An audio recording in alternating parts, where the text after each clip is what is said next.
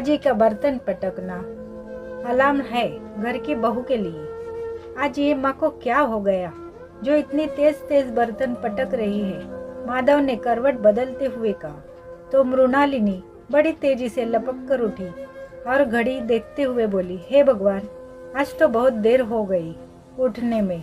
आपने मुझे जगाया क्यों नहीं, जबकि आप तो जानते ही हैं जरा सी देर होगी, काम तो इधर उधर हो गई। माँ जी की 4 बातें सुननी पड़ेंगी। माधव, ये बर्तन पटकना अलार्म है माँ जी का मेरे लिए। कहते हुए मृणालिनी जल्दी से कमरे से बाहर जाने लगी।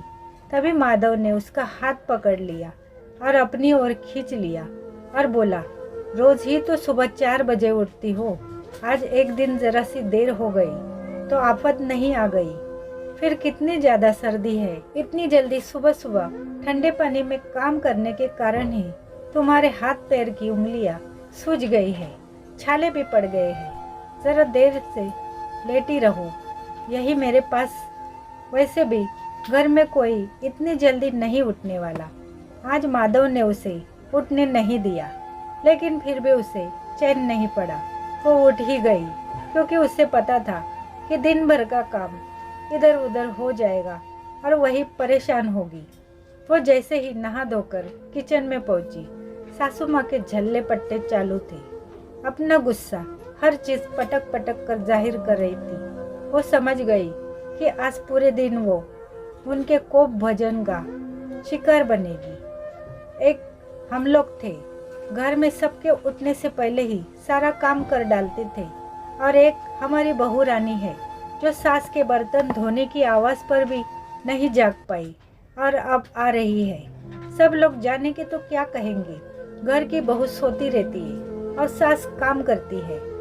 कमला देवी लगातार बर्तन इधर से उधर जबरदस्ती पटक कर दिखा रही थी कि वो कितना काम कर रही है। तभी माधव भी आ गया और मृणालिनी का हाथ पकड़कर कमला जी के सामने लाकर खड़ा कर दिया। देखिए माँ, इसके हाथों की उंगलियां देखिए कितनी सूजी हुई है। ठंडक की वजह से जगह जगह छाले पड़े हुए और पैर की उंगलियां भी सूजी है। रात भर दर्द और खुजली से तड़पती रहती है। उंगलियां मुड़ जाती है तो सीधी नहीं होती जल्दी, और सीधी होकर मुड़ती नहीं जल्दी। अपने बाल तक बड़ी मुश्किल से बना पाई है, क्योंकि उसके हाथ उसका साथ ही नहीं दे रहे हैं। कल ही मुझे बता रही थी कि उससे आटा नहीं गूंदा जाता है और ना ही पूरी रोटी बेलते बनता है।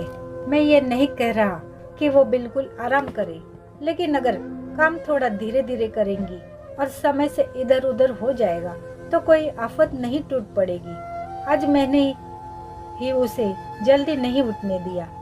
अपने बच्चों की जरा से आह पर दौड़ने वाली ममतामयी माँ बहू का दर्द देखकर भी अनदेखा कर देती है। क्यों?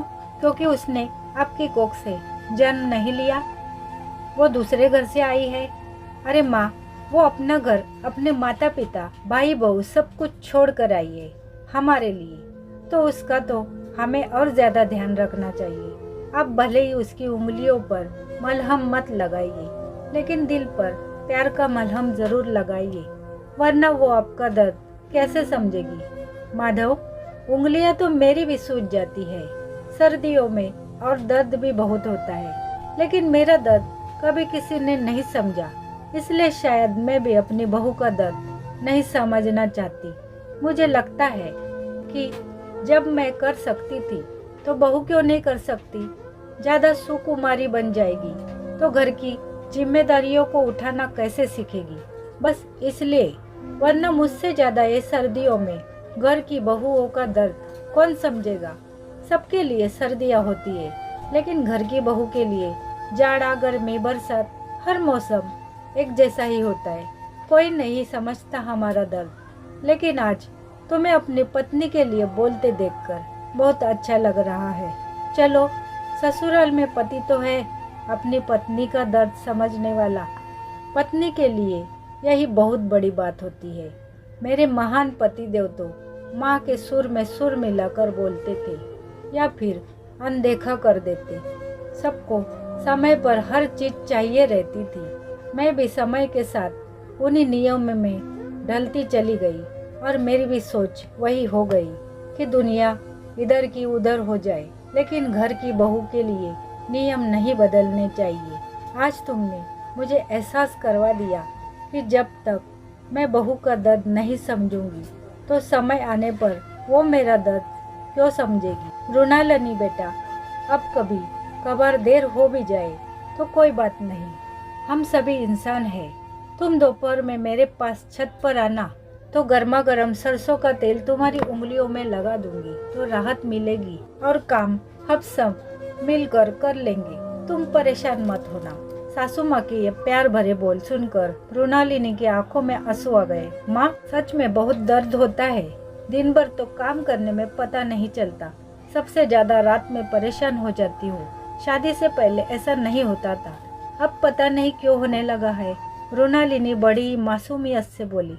शादी से पहले लड़कियां मायके में सर्दियों में कौन सा काम करती है जो उनकी उंगलियां सूजेंगी।